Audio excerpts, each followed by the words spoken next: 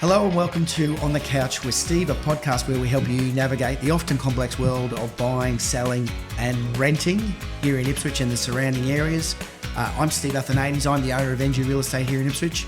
I'm joined today by Cassandra Jeffs. Cassandra's our business development manager, so she's doing all things rental, new business. Cassandra, welcome. Thank you. Now, we're having a chat today. This is obviously designed to help people out there because there has been some recent changes to the rental laws in Queensland in relation to rental increases, how much you can increase, when you can increase, those sorts of things. So I thought no better time than right now to get you in and have a chat so everyone at home can work out what's happening in that rental space. Yeah, so basically first stage has come out of the tenancy laws that came out on the 6th of June. Yes. So with those, basically the first thing that came about is obviously rent bidding. So in Queensland, it's actually illegal now for us to accept any rents above the actual advertised price. Okay, well, great to know. Obviously, the situation with the bidding, it was unfair, so it's good that the government's outlawed that. Obviously, some people were paying huge deposits. There's been a change in how much deposit you can pay right now. Yeah, so tenants can't pay any more than 1 month in advance as well. So that's at the beginning of the tenancy. Throughout the tenancy, they can still pay more. But when we do a lease renewal, it comes back to that as well, that they're not allowed to be any more than 1 month in advance with their rent. Right, because that is a fairly significant change. And like I've got personal friends who've rented in Brisbane and surrounding areas, and they have paid anywhere up to 12 months in advance. Correct. to get the rental, because obviously it's attractive to I guess the landlord, that they get all that money in one hit and they can put it into one financial year, et cetera, et cetera. So you can't do that. 1 month. 1 month. Throughout the tenancy, they can pay more, but again, at the next lease renewal, they can still only be that 1 month in advance. Okay, beautiful. All right, so there's two changes in respect to what's happening with the legislation with respect to rentals. Mm-hmm. I believe there's more. So there's a little bit more. So basically with the increases, so we cannot increase a rent now for 12 months. So it's due for the tenant, not for the tenancy anymore, it's for the actual rental. So if a tenant vacates, we've increased the rent. In 6 months ago, tenant vacates, we legally can't increase the rent. So basically it's for another 6 months, that same rent has to be, and then we can increase it after that. So let's get this straight. Let's say we had a break lease somewhere during the course of that, the tenants change, and it could have changed once, maybe sometimes twice within a 12-month period, but the rental amount relates to that specific property. The property itself. And it can't be increased inside of that 12-month period. Correct. Yeah. So we have to basically keep that rent at the same price for the rental period, not for that tenancy itself. Wow. Look, I think that's good for tenants. Probably a little unfair to landlords. Getting a little bit tricky now with the landlords, unfortunately.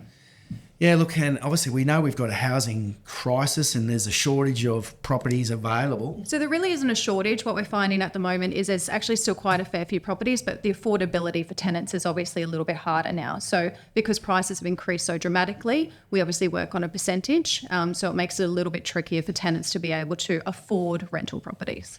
Yeah, I know. I understand exactly what you're saying, but I guess if we wanted more rentals, and investors are the people who go out and buy them so that they can rent them out to people, if they can't put the rent up any more than once in a 12-month period, like it's a little hard. It is hard, especially with obviously increases in rates. So completely understand, but it's the law now. So this is what we have to work with. And obviously our girls here at NGU Real Estate, they've got to explain that to people who are sometimes long-time investors saying, well, why? What do you mean? I live in another state that law doesn't exist in our state. Why would the Queensland government basically limit how much I can put up my property? Tell me when I can do it and how often I can do it. They're not limiting the increase just yet, but I'm assuming that's probably going to come into play as well. So we may have that, but there is new laws still coming out next stage. We're not exactly sure on the date, but there is another lot of new laws coming into play. And I understand, obviously, when we had a discussion about these changes in the laws, they basically came in overnight. Yeah, we did. There was no grace period. There was no warning. Grace period at all. So it was effective immediately from the 6th of June. And the scoop we're getting probably from the ROIQ is when the next lots come in, it will be immediate. Effective immediately as well, yes.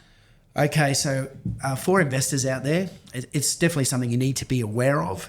There are proposed changes coming in Queensland in relation to rental laws. You definitely need to be on top of that. So if you need expert advice, obviously Cassandra is our business development manager here at NGU Real Estate. She's the lady that you can talk to understand exactly where you stand. Now, I guess the spin side of that is there's some great benefits to the tenants. Oh, yeah, definitely. Yeah, it's obviously more security for tenants. It's been tricky for them as well. So as much as a landlord, it's hard. It's really hard for tenants. I agree. And look, we've talked a lot on the podcast about how difficult it can be. There's all sorts of cost of living pressures. Obviously, the cost of education, health, groceries, fuel. None of those things are going down, and they'll probably never ever go down to where they were previously. So I guess this is one form of protection, I guess, that the government is trying to extend to a tenant, because they understand the cost of living is impacting a lot on people, that, this is something for them. It is, yes. Now, remembering at home, 1/3 of the population rents, 1/3 of the population owns a home, okay, or is paying off a mortgage, and 1/3 of the population owns their home outright. So for 2/3 of the market out there, these laws don't affect 2/3 of those people. But for the 1/3 out there, this is a significant change. It's obviously massively important to them. Are we aware of anything else of what could potentially happen? We can't really say at this stage. It's all we've got some ideas on what's happening, but I don't know when and if it's definitely going to proceed. So there's no point in really talking about it. And I think that's where the problem lied with this one. It only basically came into effect, so we weren't allowed to know what was happening exactly. And then it was just immediate, effective immediately. So when it did come into play. Yeah, exactly. Cassandra, this is why I guess we wanted to jump on and do this podcast.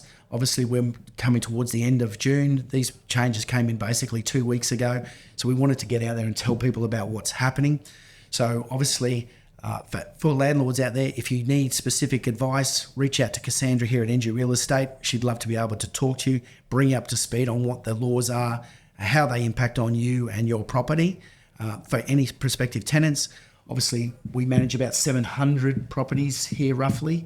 At this point in time, just roughly, how many properties would we have available? We actually have a very low vacancy rate. So we've got about 7 properties available at the moment, a really low vacancy. Okay, 7 out of 700, that's 1%. So obviously vacancy rates, and this is not unusual, vacancy rates have actually been at different stages running below 1%. 1% is really good. It's great for our landlords. Obviously, their properties are full.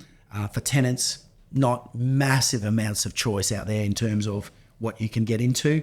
But again, we've talked in past episodes about how you can improve your chances, your best application, get your references, do all those sorts of things. So if you want more information, obviously we'll keep you up to date whenever we possibly can, and with any changes. But you may have noticed we're in our new location for the filming of this podcast. We're here in our boardroom at NGU Real Estate. We used to do it down at the River 949 studios. Thank you to River 949 for all your help. But here we are. So this is nice and easy. We can jump in any time and basically bring you up to speed with what's happening with anything real estate related. So Cassandra, thank you so much. You're welcome. I know you love coming on the podcast. It's amazing. All right, just really chipper. She'll flog into me when we get off air, I'd say. But thank you so much for coming along and joining us. For everyone at home, if you've got any questions, if you've got any feedback on what we've talked about, we'd love to hear from you. Please subscribe to the link below. Now, before I sign off, we have got a really special 50th episode of On the Couch with Steve. Yes, believe it or not, we've made it to episode 50. You're out there watching and obviously loving the content. So big thank you to everyone at home. For number 50, something really special for you. I won't tell you any more, but we'll see you real soon. And thanks for joining us with On the Couch with Steve.